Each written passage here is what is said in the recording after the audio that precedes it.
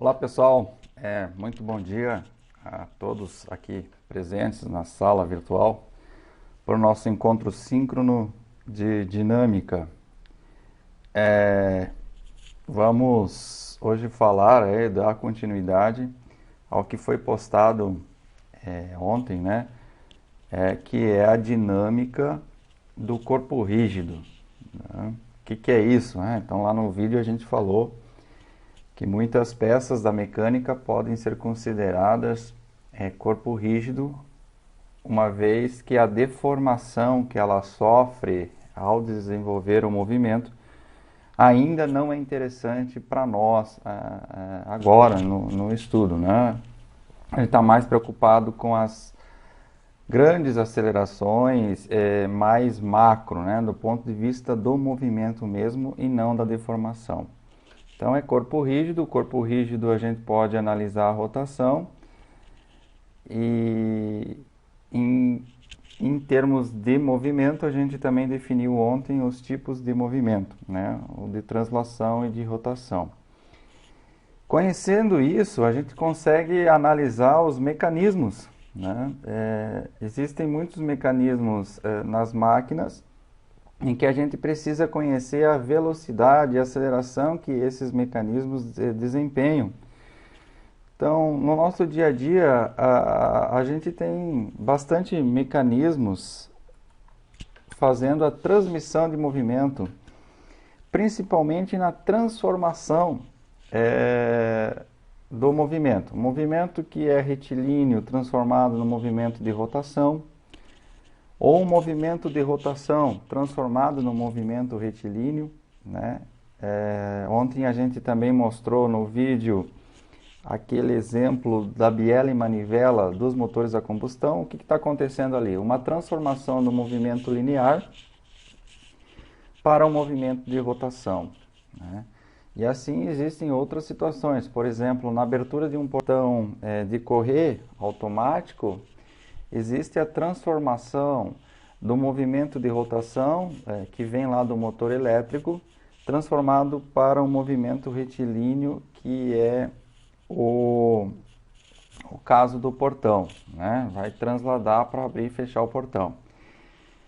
Também existem outros mecanismos que fazem apenas oscilação, né? Então, em muitas máquinas, máquinas têxteis, por exemplo, em muitas outras máquinas você precisa colocar uma peça no lugar, tirar, empurrar, né? Desde para você afiar, por exemplo, um disco de serra, onde você tem diversos dentes de serra ali, para você afiar um dente, a ferramenta sai e entra de uma forma mecânica e não de uma forma ainda assim, vamos dizer, automatizada, como uma ferramenta de comando numérico, né? Um CNC, por exemplo. Uma máquina CNC pode se posicionar e voltar e se colocar com precisão, tamanha precisão, mas olha, ainda é importante se ter essa ideia do mecanismo, uma vez que alguns movimentos se torna mais simples a aplicação mecânica para desenvolver esses movimentos e não uma parte de automação por causa do custo, né? E, por exemplo, um limpador de para-brisa do veículo, né? O limpador de para-brisa do veículo, a gente sabe que é um movimento de oscilação das palhetas, né? Para limpar o para-brisa, fica lá oscilando. O motor, para que possa fazer esse movimento de oscilação, e principalmente com velocidade muito alta, né, sai de uma posição para outra, volta para outra posição, existem, tá, esses tipos de motores. Pode ser um motor de passo, por exemplo, com uma programação. O problema é que vai ser mais caro, tá? Um motor de passo comparado com um motor universal de rotação contínua, completa, aos 360 graus, a diferença de preço já é grande, né? Além disso, tem a durabilidade, né? Para você fazer essa inversão de movimento, tem a durabilidade aí também do motor. E aí existe uma forma bem mais simples para que você aproveite esse movimento de rotação completa, 360 graus, e transforme num movimento de oscilação. Então esses mecanismos são conhecidos como mecanismos 4 barras, É uma aplicação tamanha. Esses mecanismos 4 barras, na disciplina de mecanismo, né, uma disciplina optativa ainda no curso da mecânica, se trabalha aí com mais detalhes desses mecanismos. Aqui a gente vai fazer uma análise de velocidade e aceleração num instante específico de posição desse mecanismo. Então, geralmente se tem uma imagem, tá? Os exercícios dos livros, por exemplo, é uma imagem de uma posição específica. Ó. Nessa posição, calcule a informação aí da velocidade. A gente sabe que o mecanismo não é feito para ficar apenas em uma posição, né? Ele é feito para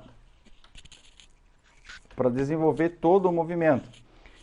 Existe uma maneira de cálculo, vamos dizer assim, um passo a mais, né? Que é você fazer toda a análise do movimento. Durante todo o movimento, saber a aceleração e velocidade em cada posição. Isso se faz de uma maneira mais simples, da forma matricial. A gente está trabalhando na forma vetorial ainda, certo? Mas é possível. Né? Uma vez que você tem o cálculo para uma posição, você repete esse cálculo para as diversas outras posições que você quer encontrar. Por exemplo, se você quer encontrar a velocidade durante todo o funcionamento de uma máquina, principalmente numa análise numérica, digital, no computador, você vai fazer o quê? Você vai discretizar, você vai separar o teu movimento em pequenas partes. Então, por exemplo, uma circunferência completa tem 360 graus, certo? 360 graus você pode dividir em 360 partes, analisar de 1 grau em grau e fazer 360 vezes o cálculo da velocidade. Não, isso é demais. Não, né? Então você faz uma planilha no Excel, por exemplo. Claro que existem inúmeros outros softwares de cálculo, assim, né? Mas de uma maneira fácil, rápida, que todo mundo tem acesso é o Excel, não é? Então no Excel a gente vai lá, implementa o cálculo para uma posição e depois só muda o valor do ângulo lá e ele vai calcular para as 360 posições. Ah, mas de grau em grau é pouca informação, eu preciso de meio em meio grau. Isso para o computador não vai ser nada, né? Então o que é importante? A gente saber calcular para uma posição e depois, se a gente quer saber para toda outras partes do movimento, então implementa isso num software de cálculo, né? Claro que também existem softwares de dinâmica que calculam a velocidade dado aí uma entrada. Mas é importante a gente poder relacionar esses mecanismos, às vezes de uma maneira simples. Quem vai fazer, por exemplo, algum concurso público, né, já tem ali concurso público, às vezes até para ingressar numa empresa, pode até ser que surja essa necessidade de fazer esse cálculo, tá? De um mecanismo rápido. Então, é muito comum, quando você fala que vai cair dinâmica, né, que apareça lá uma questão de um mecanismo biela-manivela, tá? Como a gente comentou no vídeo, o biela-manivela é o mecanismo mais comum, mais utilizado na mecânica. Então, esse mecanismo a gente precisa conhecer e saber ele desenvolver, né, um cálculo, pelo menos, da velocidade num instante de tempo.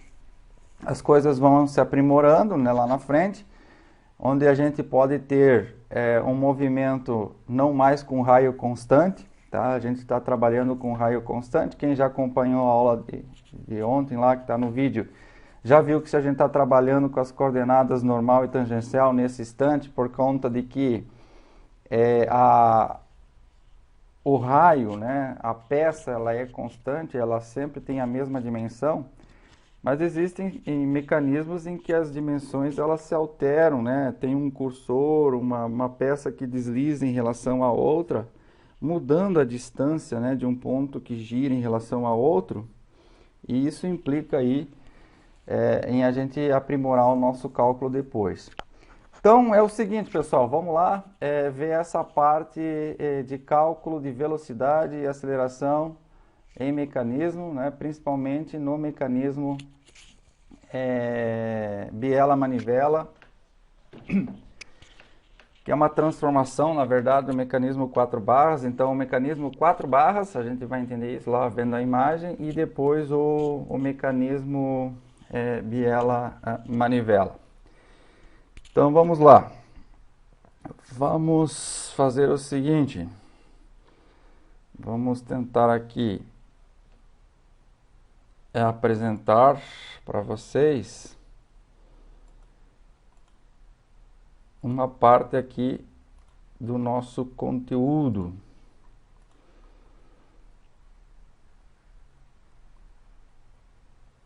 Tá, então,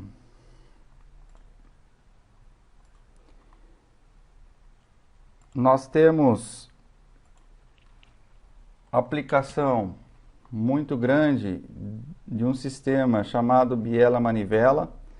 Essa imagem a gente já mostrou para vocês, mas para a gente entender, envolve sempre um elemento que gira em torno de um ponto fixo, e esse elemento que gira, geralmente o elemento que gira é, assim vamos dizer, 360 graus, ou seja, é possível que ela gire 360 graus, dê uma volta completa, ou a peça que aciona o sistema, né, a peça que desenvolve um movimento de rotação, é chamado de manivela.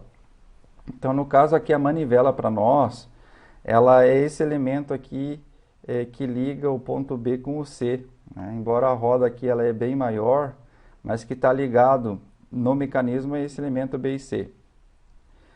Aqui a gente já vê uma análise gráfica também de velocidade, né? Então, qual que é a velocidade de B? Talvez eu não tenha a ideia agora inicial da intensidade da velocidade de B. Eu não consigo inicialmente imaginar se é 10 metros por segundo, se é 50, né? Mas uma coisa é certa, a velocidade sempre é tangente à trajetória, né? Então, uma vez conhecendo ou a velocidade angular da manivela ou a velocidade do cursor aqui como VA, a gente já consegue estabelecer pelo menos duas coisas aqui com uma espécie de certeza, né? Que é a direção da velocidade VB sempre tangente à trajetória. Eu acho que isso não pode ficar a dúvida, sempre tangente à trajetória. A trajetória aqui do ponto B, ela é circular, então qual que é a velocidade do ponto B? Eu sei que é tangente à trajetória. E qual que é a direção? No caso, a direção, né? A direção e sentido aqui. Direção tangente à trajetória é o sentido. Como a velocidade VA está dizendo aqui que é para a esquerda, certamente a velocidade VB aqui vai ser para cima, não vai ser para baixo, não é porque senão vai romper esse outro elemento aqui. Então, na hora de analisar o mecanismo, alguma coisa a gente precisa pelo menos identificar, né? A velocidade em algum dos pontos.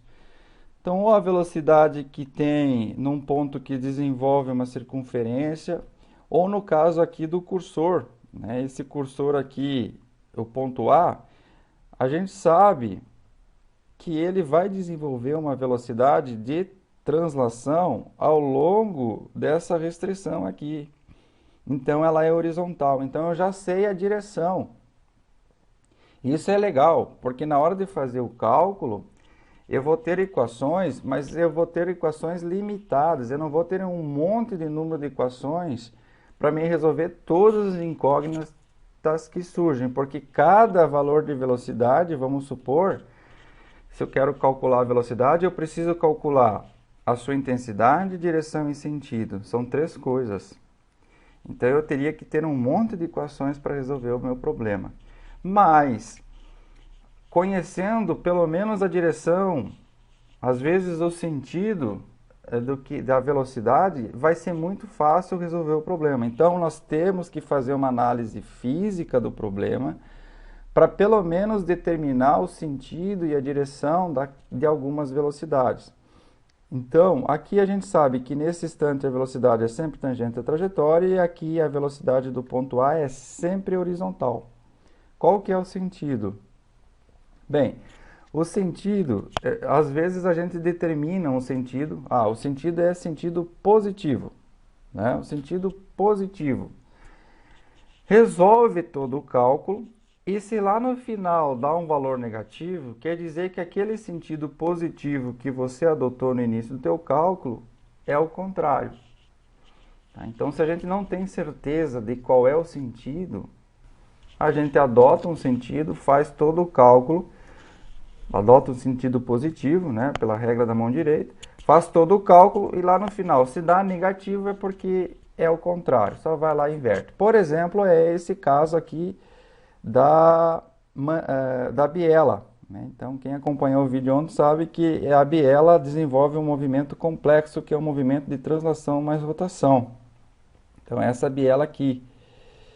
Essa biela, ela, nesse caso, está ilustrada aqui uma velocidade angular, ômega, que tem esse sentido, e é um sentido de giro negativo. Então, se a gente abraça aqui com a regra da mão direita, ele é um sentido negativo. Certo? Mas, poxa, mas isso já é um pouco complicado. Se VA está vindo para a esquerda, vai empurrar B para cima, será que isso está indo para baixo? Será que isso está indo para cima? Talvez aqui a gente consiga analisar, assim, imaginar que se isso vem para a esquerda empurrando isso para cima, rotaciona em torno desse ponto aqui para baixo. Mas eu posso dizer que isso aqui está para cima, positivo, vou fazer os cálculos e no final dos cálculos esse ômega vai dar negativo, quer dizer que está inverso o sentido. Então, é o seguinte, inicialmente, a gente precisa fazer uma análise física do problema para entender um pouquinho do movimento, pelo menos determinar algumas direções e velocidades conhecidas. Então, a gente vai compor o nosso estudo sempre a partir de um referencial, referência fixa. Então aqui nós temos uma parte de um mecanismo, então a gente sempre vai analisar parte por parte do mecanismo. Então geralmente a gente começa onde conhece alguma situação, por exemplo a manivela. Então a primeira peça que a gente vai analisar é a manivela, porque está ligada ao motor, eu conheço a rotação do motor e o raio da manivela. Então eu já sei qual que é a velocidade tangencial lá na ponta, do ponto onde a manivela articula com outra peça. Então eu sempre começo a analisar o meu mecanismo, vamos dizer assim, do início. Não, na verdade é onde eu conheço ou tenho mais informação do funcionamento dele. Tá? Nós temos problemas, como a gente já mencionou nos exemplos, onde a gente vai conhecer a rotação da manivela para calcular a velocidade do pistão, no caso de um biela manivela. E às vezes a gente vai conhecer a velocidade do pistão para conhecer a rotação da manivela. É o contrário.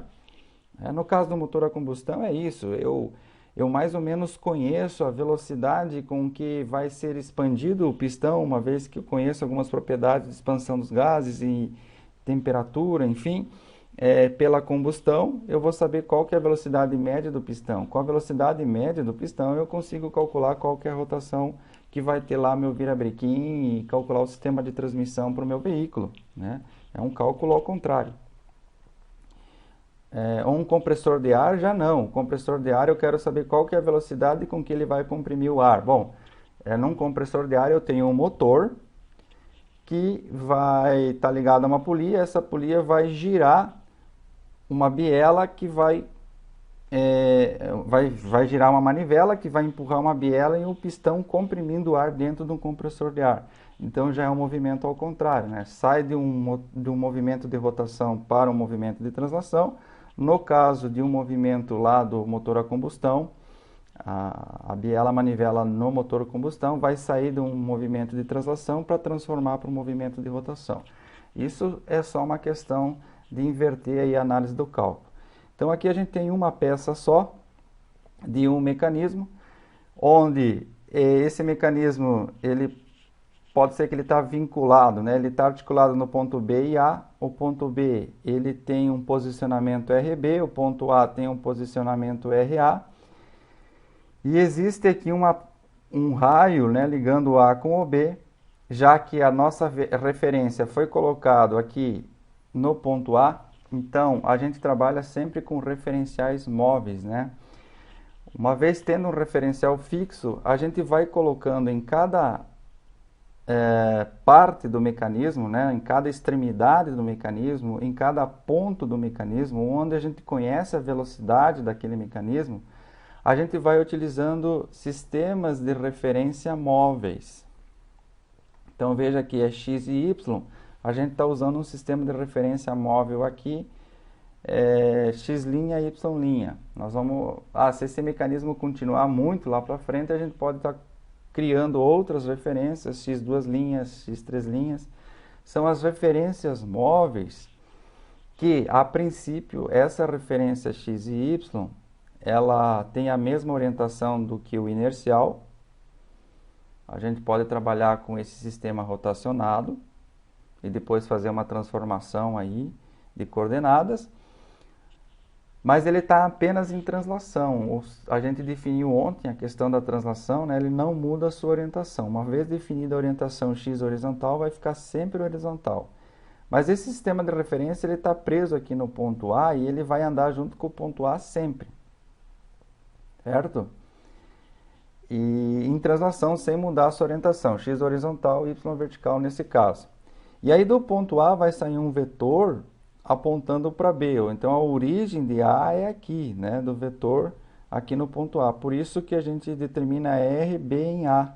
Ou seja, vetor posição relativa de B, do ponto B, para quem está olhando lá do ponto A. Então a gente já comentou sobre esse movimento relativo e a construção da posição, né? R, B igual a RA mais um vetor posição R, B em relação a A.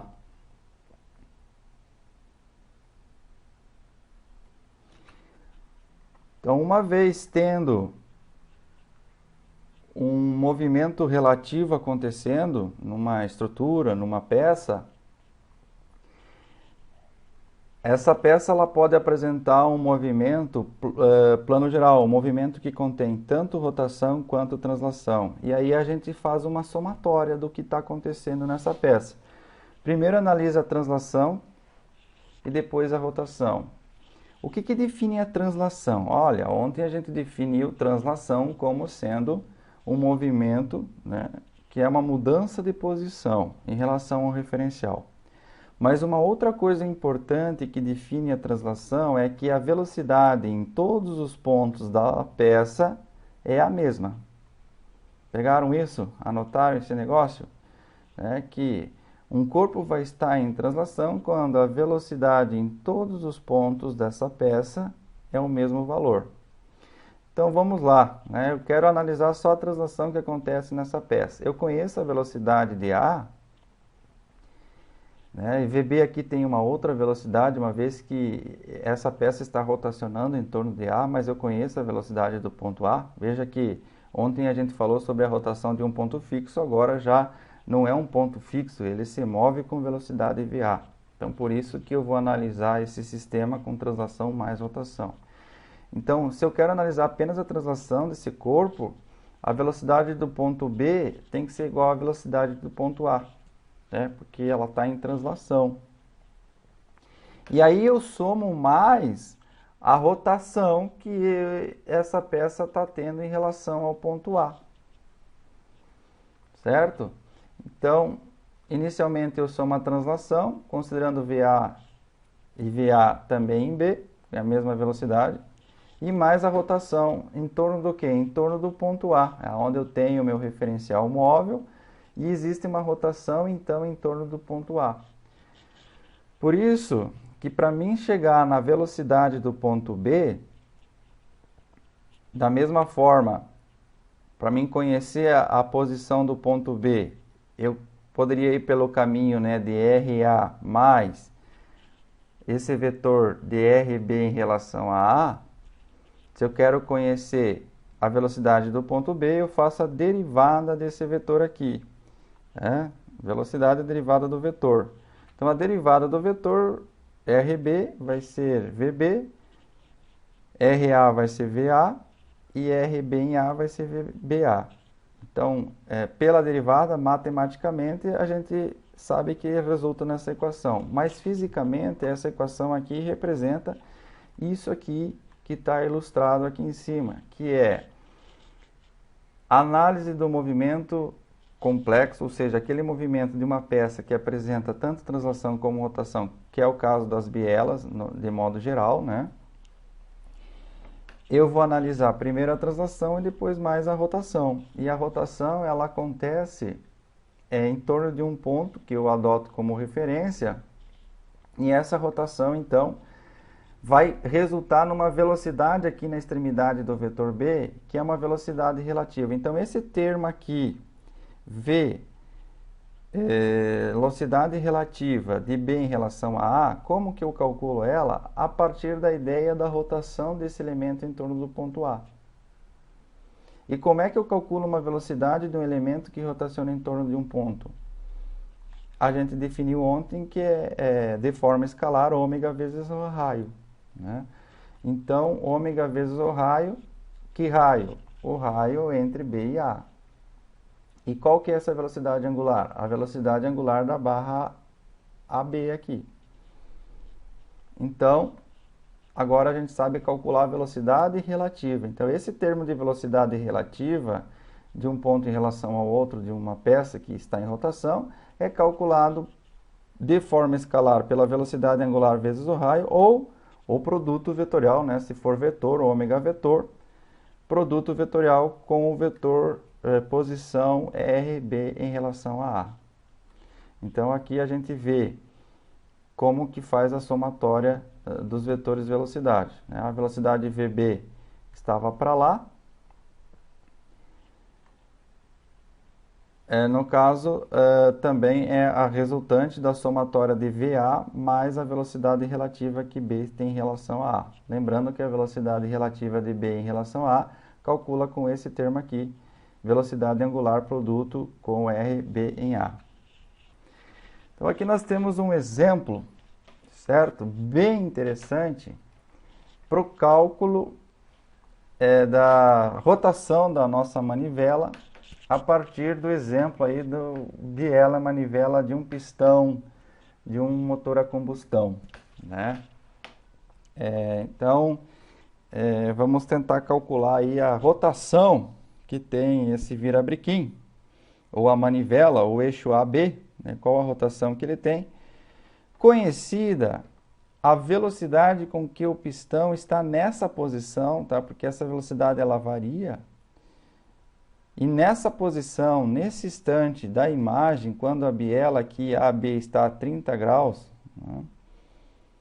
Então, na nomenclatura de motor a combustão, nós estaríamos tratando o ponto morto superior, quando está a 0 graus aqui em cima. Então, está 30 graus antes do ponto morto superior. Essa velocidade do pistão, velocidade P, é uma velocidade aqui indicada vertical, claro, porque existe essa restrição da camisa do pistão, né, vinculando aqui uma restrição para o nosso caso do pistão ter uma velocidade apenas vertical, né, a velocidade apenas vertical.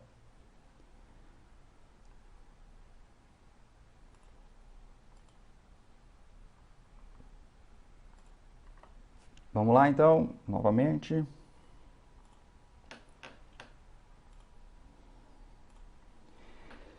Certo? Então a velocidade do pistão é uma coisa que a gente conhece nesse problema.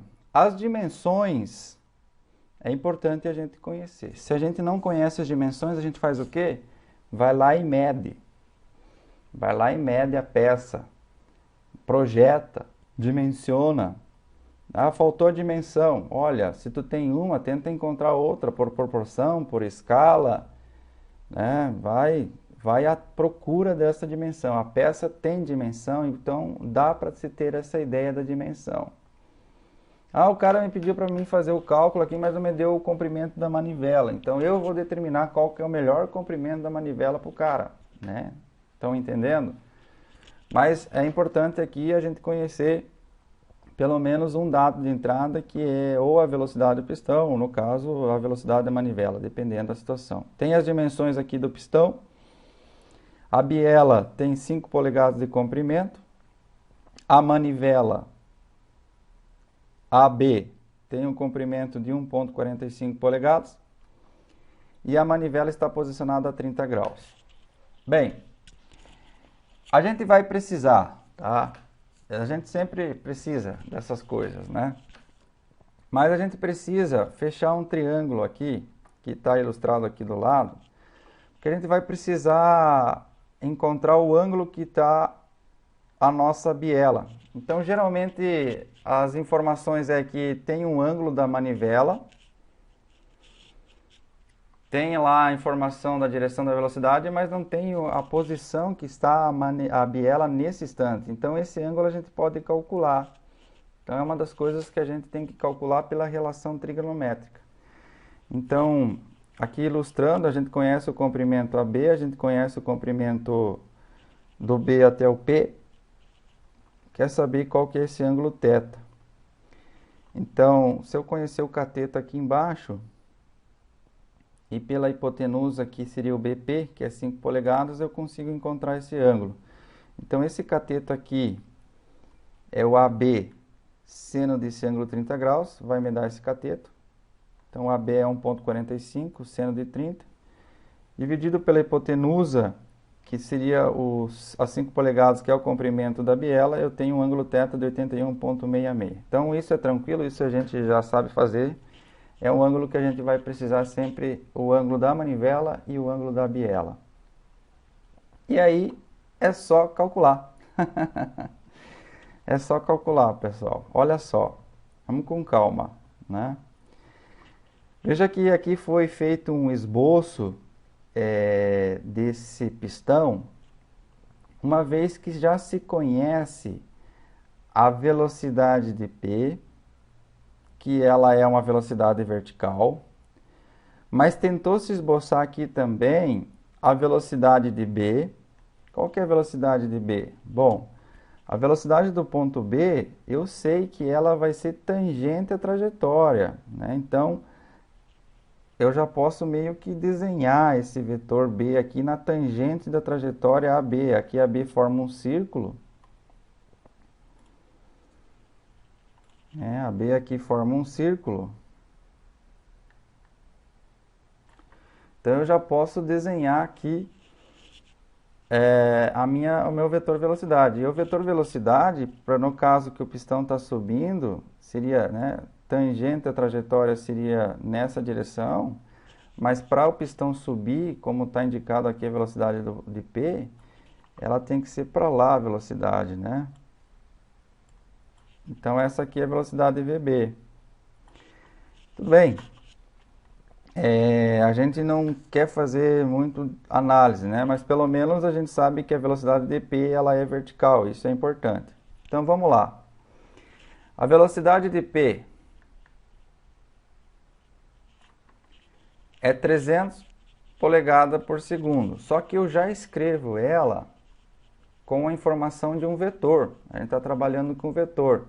Então, além da intensidade, eu tenho que determinar o sentido positivo para cima. E qual que é a direção? A direção vertical. Então, eu utilizo a letra J.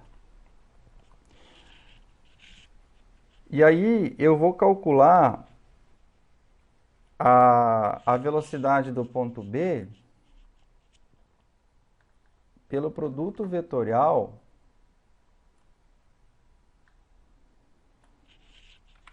eu vou calcular a velocidade do ponto B pelo produto vetorial, né, ômega, produto vetorial com o raio de B. Tá? Que esse raio aqui é AB. Ou, se eu já conheço a sua direção e o sentido, porque esse ômega aqui é exatamente a velocidade angular da manivela que eu quero conhecer, então eu sei que a velocidade está para cá nesse caso, eu sei que existe uma componente em x e uma componente em y. A componente de velocidade em x de VB é VB seno de 30 graus por conta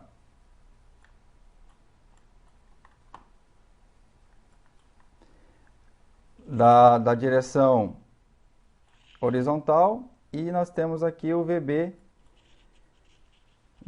em relação ao ângulo de 30 graus aqui para cima. Então, eu tenho que VB, nesse caso, a perpendicular, né, aqui formando um ângulo de 30 graus.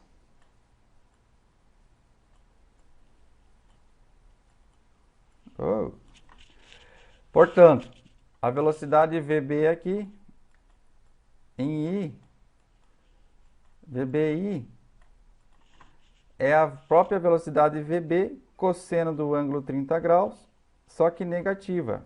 É essa componente aqui embaixo. E eu tenho a componente em Y, que é VB, certo? Seno do ângulo de 30 graus, positivo para cima. Então, ou eu faço por uma análise gráfica, identificando a velocidade VB, ou eu já escrevo um produto vetorial, depois a gente vai ver o cálculo com o produto vetorial, considerando os vetores. A velocidade ômega é o seguinte: como é que eu construo a velocidade ômega em forma de um vetor? É ômega vetor.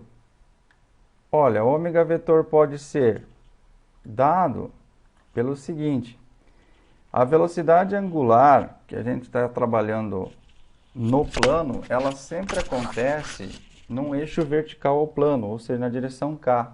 Então, em x é 0, em y é 0, eu só tenho componente em K. Então, eu posso dizer que ômega de AB, da manivela AB, na direção K.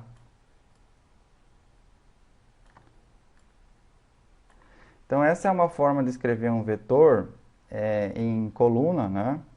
Onde a primeira linha é o x, o x, o y e o z. Ou eu posso dizer que o ômega, vetor ômega da manivela, é igual a, que é uma chave, né? Ômega AB na direção K. E aí, se eu decompor aqui o vetor RAB, esse vetor aqui RAB, decompor ele em seno e cosseno desse 1,45, eu vou chegar à informação também aqui do vetor velocidade VB por esse produto, né, fazendo a regra da mão direita. E o sentido da velocidade angular, eu não sei se vai para um lado, vai para o outro. Aqui, para ter essa velocidade para cima, a velocidade angular aqui tem que ser no sentido positivo, né? Esse sentido aqui, que é o sentido positivo. Mas eu posso anotar positivo aqui e lá no final dos cálculos, por exemplo, tem que dar positivo, porque fisicamente esse problema só acontece se for positivo dessa forma que a gente está mostrando. Mas se dá negativo, quer dizer que é o contrário do que a gente adotou. Mas vamos lá. Aqui se determinou então a velocidade VB. E se já determinou também o raio, já se determinou aqui o raio de P em relação a B, ou seja, esse raio aqui. Esse raio aqui. Como é que se determinou ele?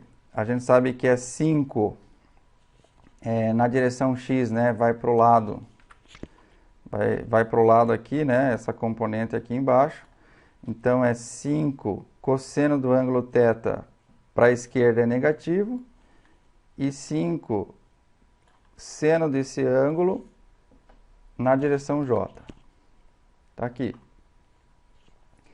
E aí eu vou calcular a velocidade ômega que eu estou precisando da manivela por a equação que determina a velocidade do ponto P é igual à velocidade do ponto B mais o produto vetorial, né, ou a velocidade relativa de P em relação a B. Então, olha só a biela, né, aqui a biela do pistão, eu conheço a velocidade VP, aqui é o ponto P, E eu conheço a velocidade do ponto B, pelo menos em termos de intensidade, de direção. Então eu coloco o meu referencial inercial móvel aqui no ponto B. X', Y'. Portanto, esse aqui é o raio do ponto P em relação ao ponto B. Esse raio aqui, eu sei que é 5 de comprimento cosseno desse ângulo na direção X e negativo, porque o positivo está para a direita, e mais 5 seno do ângulo de θ, que é 81,66 na direção J. E aí a velocidade do ponto P, né, a velocidade do ponto P, eu posso calcular ela como sendo a velocidade do ponto B, que é a origem do meu referencial, mais a velocidade relativa que o ponto P tem em relação ao ponto B. Essa velocidade relativa é dada por esse termo aqui, velocidade angular, produto com P e B. Só que esse ômega aparece diversas vezes, porque nós temos duas peças que podem ter ômega aí, né? Quais as duas peças que podem ter ômega? A manivela tem um ômega e a biela tem um ômega. Então a gente precisa separar qual que é a velocidade angular da manivela e qual que é a velocidade angular da biela. A gente chamou a velocidade angular da manivela apenas de ômega. E no caso, a velocidade angular da biela, só da biela, como ela liga o ponto P e B, ficou a velocidade angular BP, né? Então a velocidade angular ômega BP aqui é uma incógnita também, eu não sei quanto que é. Então eu digo que é ômega BP e digo que é na direção K, porque todas elas, a princípio, é na direção K. O sentido aqui, fazendo uma análise do problema, o pessoal chegou aí que é negativo. O sentido de giro foi negativo, ele já colocou negativo na análise do movimento. Repito, pode ser que a gente utilize já um valor positivo aqui e lá no final dos cálculos vai dar negativo. Certo? Então, o que a gente não conhece nesse problema? Olha, na verdade, vamos começar primeiro dizendo o que a gente quer saber desse problema, não é? A gente quer saber desse problema a velocidade angular ou a rotação da manivela, dessa peça AB aqui embaixo. Certo? Só que quando a gente resolve esse tipo de sistema, de problema, não vem só aquela coisa que a gente quer calcular ou saber. Vai aparecer mais incógnitas. Então, aqui nesse caso, incógnita para nós, surgiu também a velocidade angular da biela. Eu quero saber da manivela, mas já surgiu uma incógnita que é da biela. Então, por isso que a gente vai tentar trabalhar agora com um sistema de equações. Então, eu tenho duas incógnitas a princípio, ômega e ômega BP. Ômega é a velocidade angular da biela, ômega BP é a velocidade angular da manivela. Duas incógnitas. E a princípio, eu só tenho essa equação aqui. Seria uma equação, né? Uma equação aqui. Velocidade de P é isso aqui. Com essa equação, eu preciso resolver esse problema. Só que eu tenho uma equação com duas incógnitas.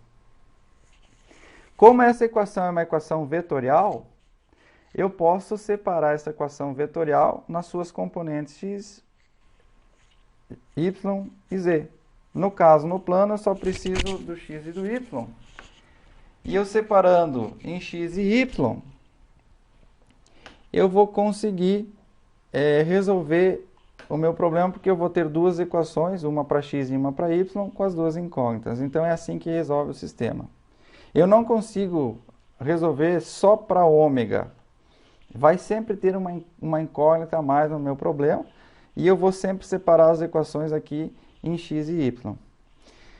Então, Escrevendo essa equação aqui em cima, ó, a velocidade do ponto P é 300J, a velocidade do ponto VB foi determinada aqui em cima com essas componentes. Aí mais o produto vetorial, né, que é a velocidade relativa P em relação a B, que é o ômega de PB, ou BP, que foi determinado ali. Produto vetorial com o raio P em relação a B. Então, é essa equação que a gente usa para resolver esse termo de velocidade relativa.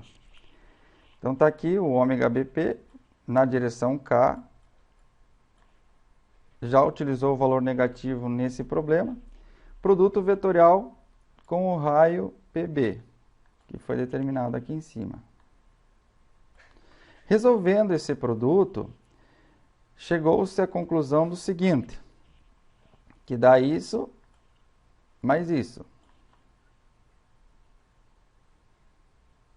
Certo? Separou-se aqui já o que está em I e o que está em J. E aí nós temos uma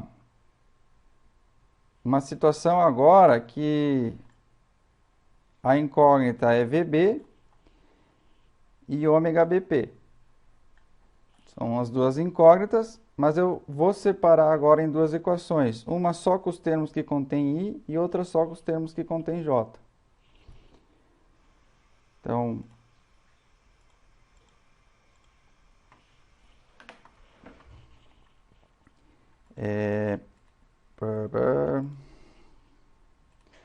como que eu apago isso aqui? Borracha.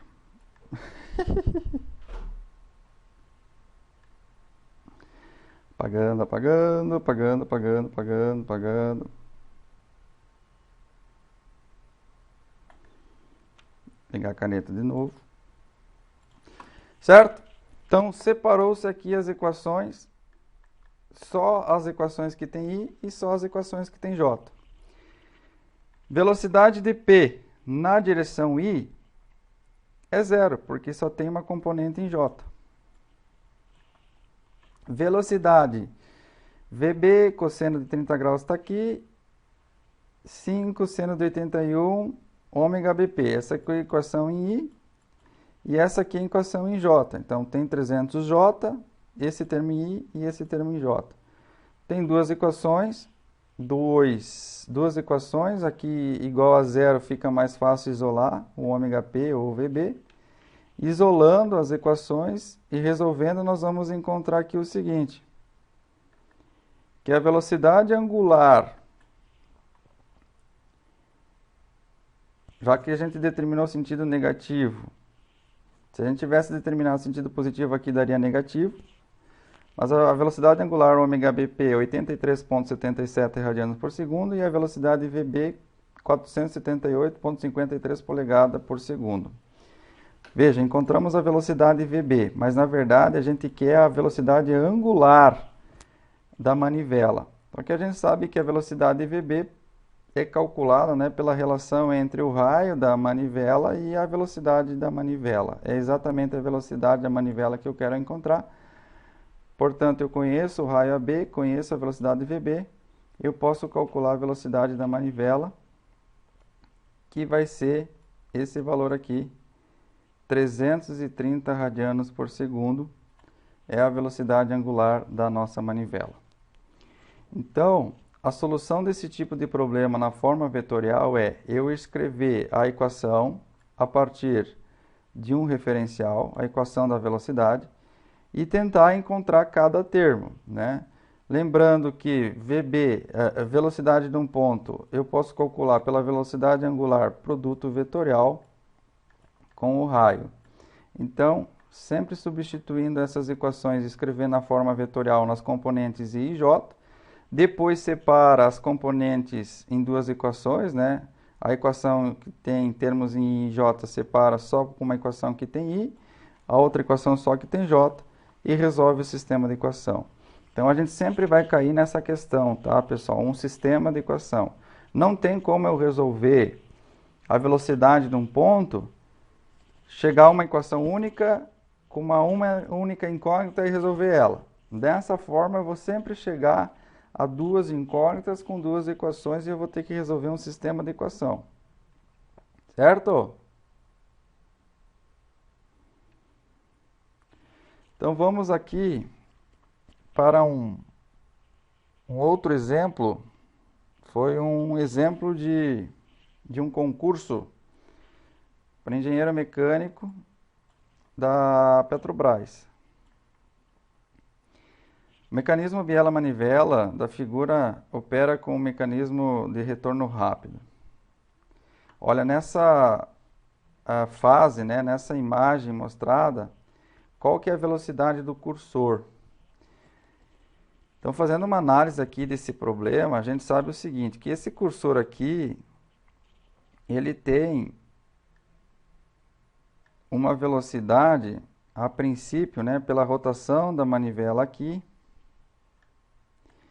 vai ter uma velocidade horizontal, tá?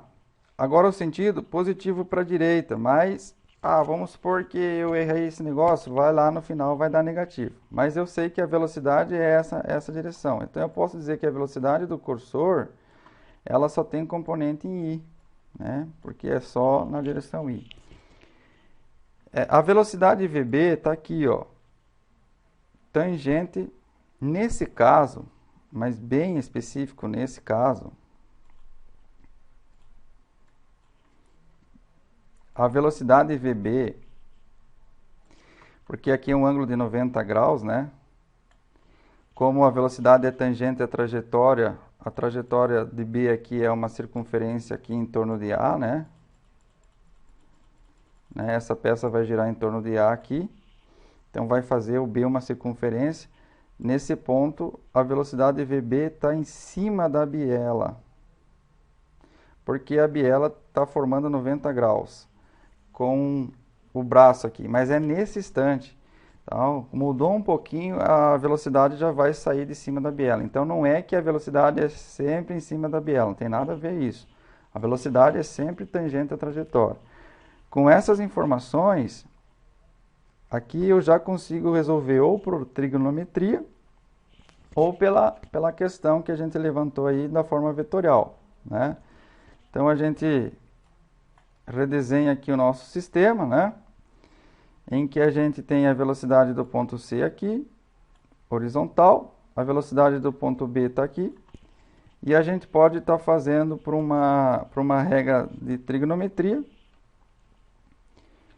e calcular a velocidade do ponto C. No caso, a velocidade do ponto C resultou em 2ωr. Então, a sugestão aqui, como a gente ainda não trabalhou com o centro instantâneo de velocidade nula, a sugestão aqui é que vocês refaçam esse problema, que está resolvido de uma forma geométrica a partir de um centro instantâneo de velocidade nula que a gente não trabalhou ainda, que vocês refaçam utilizando aqui valores né, de raios L, cosseno 30, enfim, criar um referencial inercial aqui em B, porque é onde eu estou começando o problema, e calcular a velocidade do ponto C a partir de um raio que liga o C em relação a B. Então, eu vou dizer aqui que a velocidade do ponto C é igual a velocidade do ponto B, que está aqui nesse ponto, mais a velocidade relativa que o C tem em relação a B. A velocidade relativa de C em relação a B, que é esse termo aqui, é igual à velocidade ômega, como já tem esse ômega aqui, eu vou dizer que é o ômega da barra L, né? Ômega L, produto com o raio CB. E a velocidade de B, para mim substituir aqui na equação, né, é a velocidade do ponto A. Agora eu estou olhando para cá, né? A velocidade do ponto A está no referencial aqui. Mais a velocidade que o ponto B tem em relação ao ponto A. Aqui embaixo. Como a velocidade do ponto A é nula, porque é um ponto fixo, né? Está fixo aqui. A velocidade do ponto B é só a velocidade relativa que B tem em relação a A. A velocidade que B tem em relação a A é o produto vetorial entre a velocidade angular ômega, aqui. Nesse caso já está determinando o sentido da velocidade angular ômega, que é um sentido negativo. Então aqui eu escrevo negativo, porque eu já sei que é negativo. Está indicando que é assim que funciona. Sentido negativo pela regra da mão direita. Ômega em K, né? Produto vetorial com o raio que liga o B em relação a A. O raio que liga B em relação a A é o R cosseno de 30 graus. É isso, pessoal? Me ajuda aí. Cosseno de 30 graus. Nessa direção I.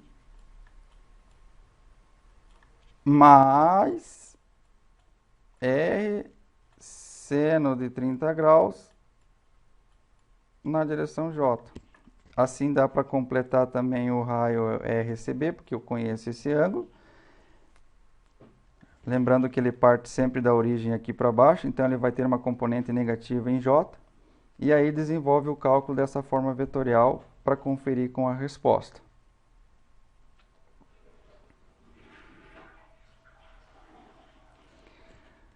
Aqui nós temos um outro problema também de concurso.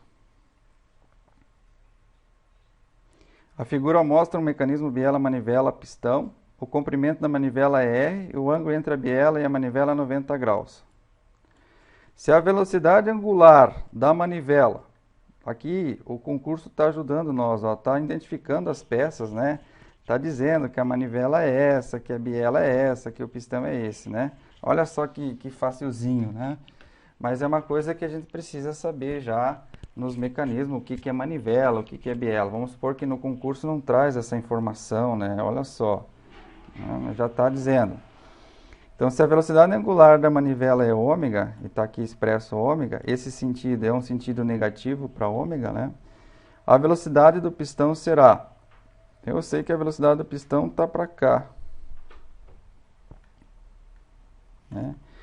A velocidade, aqui está 90 graus também, nesse caso 90 graus, a velocidade de B está exatamente em cima do tangencial aqui, né? Também está exatamente em cima. Bom, se os mecanismos todos tivessem sempre 90 graus, a velocidade do ponto aqui sempre estaria em cima, né? Colinear com a biela, mas não é, né? O mecanismo se movimenta, nesse instante ficou a 90 graus, mas é para facilitar o cálculo aqui no caso do concurso, né?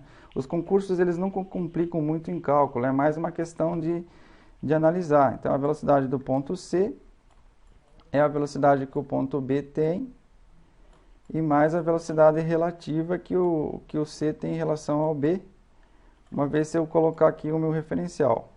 Então, ou eu posso criar aqui também uma ideia de velocidade angular ômega BC e fazer todo o produto vetorial, ou considerar essa componente de velocidade aqui, VB, na direção horizontal, né? Então, essa velocidade VB aqui, ela está com o ângulo θ em relação à horizontal. Então, ela vai ter uma informação de cosseno θ aí nessa direção, né?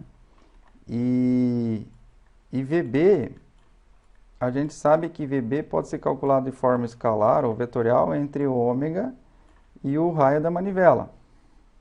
O raio da manivela diz que é R. Então eu já sei que a velocidade de ponto B é ômega R. Veja que todas as alternativas aqui já tem ômega R na resposta. Então quer dizer que a gente acertou a velocidade de VB. Só falta chegar à velocidade de VC. Então VB VB tá assim, né? Perpendicular aqui, que vale ômega R. E a velocidade relativa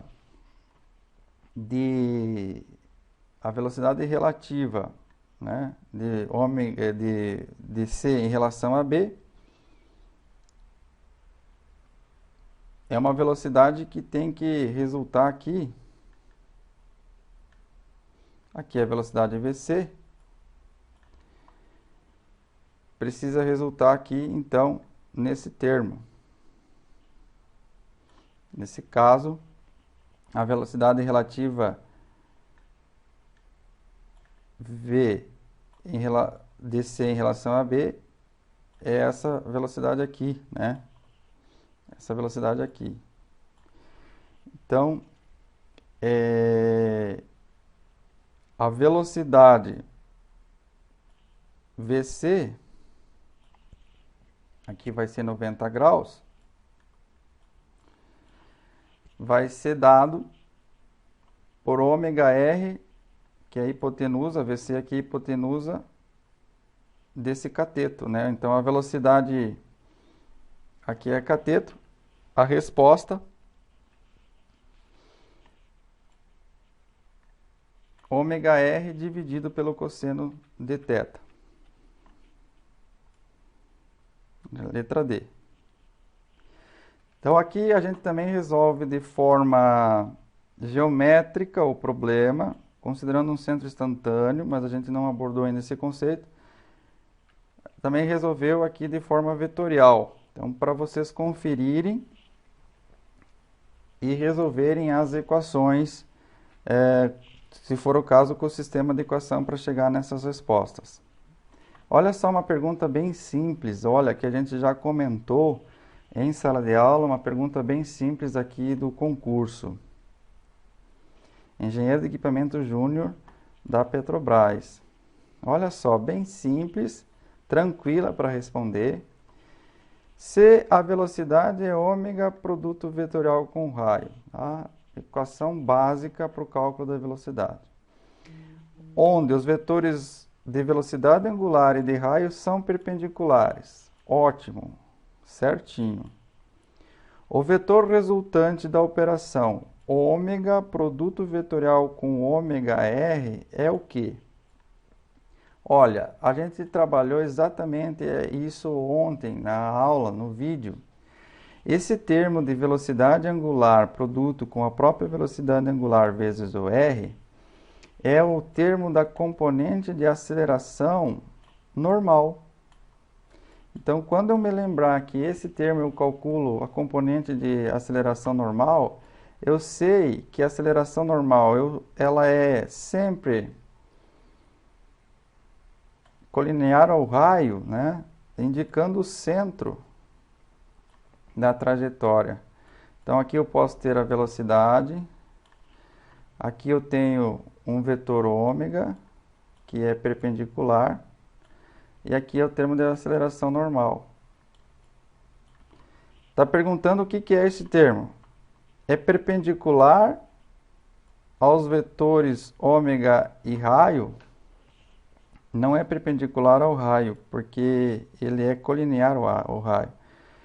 É perpendicular aos vetores V e o raio? Não. É perpendicular ao vetor ômega? Sim.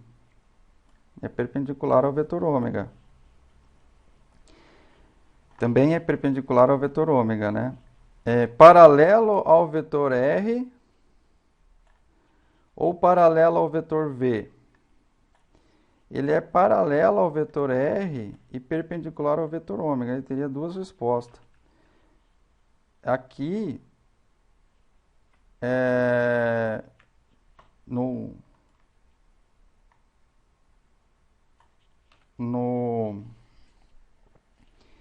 solucionário, falou que é a letra D, né? Paralelo ao vetor R, mas também é perpendicular ao vetor ômega, né? O vetor AN, né? Mas a gente conseguiu resolver isso de uma forma bem simples, conhecendo um termo da equação, né? né? Tem a questão de propriedades de ômega, né? Mas depois, se vocês querem conferir, está aqui o produto vetorial realizado, né? Ômega na direção K foi um exemplo que foi adotado para resolver isso matematicamente, né?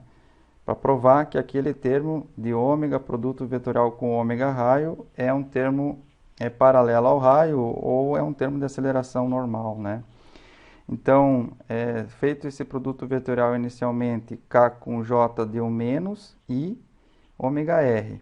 K com I dá J e ômega vezes ômega dá ômega ao quadrado R. Então, o termo de aceleração normal a gente sabe que é calculado por ômega ao quadrado R.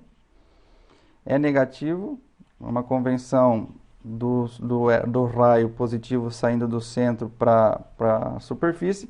No caso da aceleração normal é ao contrário, né? Aponta para o centro da curvatura, então por isso que é o menos. E no J, né? Então esse raio ele está no J, ó, o raio está no J, né? Como o raio está na direção J, o resultado do produto vetorial é um vetor também na direção J, paralelo ao vetor R. Tá? Então pode ser, inclusive, essa resposta paralelo colinear aí no caso ao vetor R. Então, aqui é a prova do cálculo da aceleração, né? A aceleração normal, que é dado pelo produto vetorial de ômega, produto vetorial com ômega e o raio. E aqui, então, tem a equação total, né, da aceleração. Pessoal, a gente vai meio que finalizando o nosso encontro síncrono. No caso do cálculo da velocidade, depois a gente vai colocar mais exemplos feitos com o cálculo da velocidade por causa do pistão, pelo menos mais 2 casos. O caso em que o pistão ele desenvolve uma trajetória inclinada, não mais numa reta horizontal ou vertical, que aí eu vou ter uma equação, uma para I e uma para J com as componentes dessa velocidade. E também um caso do mecanismo não mais apresentar uma translação, o cursor, mas sim uma oscilação, ou seja, formando o mecanismo 4 barras.